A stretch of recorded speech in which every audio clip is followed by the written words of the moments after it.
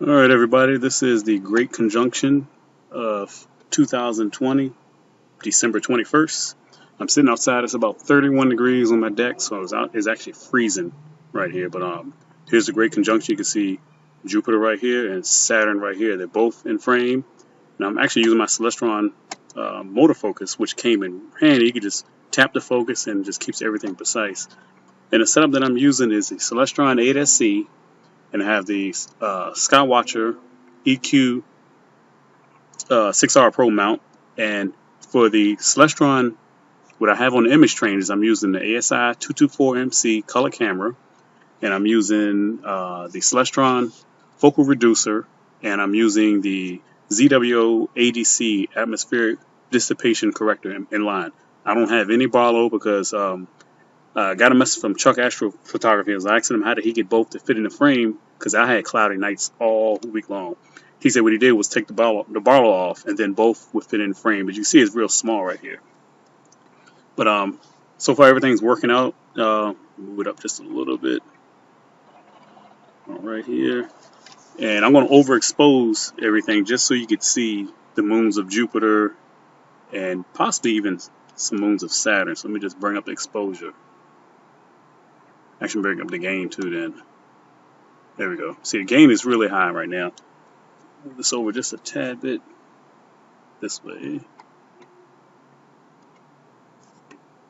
All right, you can see 4 moons of Jupiter right here. Is 1, 2, 3, 4. And here's 1 moon of Saturn right here. I don't know which one it is. I think it's one right here too. I'm going to bring up a little bit more.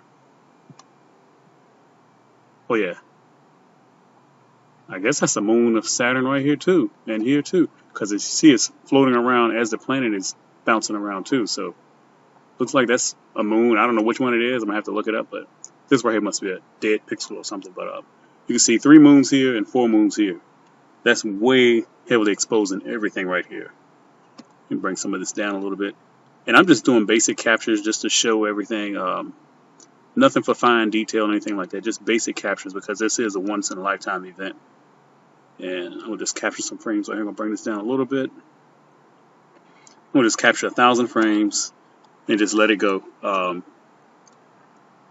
It's just, it's amazing just to see both planets line up together like that in one frame with one scope. And I caught a huge break because it just so happened these 2 planets passed over my neighbor's tree just in time for me to set up and get an image of this stuff before they dip down too low on the horizon, and that's it for the night. And I can imagine probably the next few nights they will start to separate further and further apart so you will not see both together anymore. That's almost finished. Bring up a little bit more. It is freezing out here. I got gloves and everything on. And the wind is blowing a little bit too, so that makes it even worse. But I had to come out. Can't miss these opportunities. This one's more exposed just so I can see Saturn's rings a little bit better. And a couple moons of Jupiter right here. But I'm just going to capture until this thing is out of view because it's rare that I get a chance like this to see this. But that's all I really got. I'm going to stop recording and get back to capturing.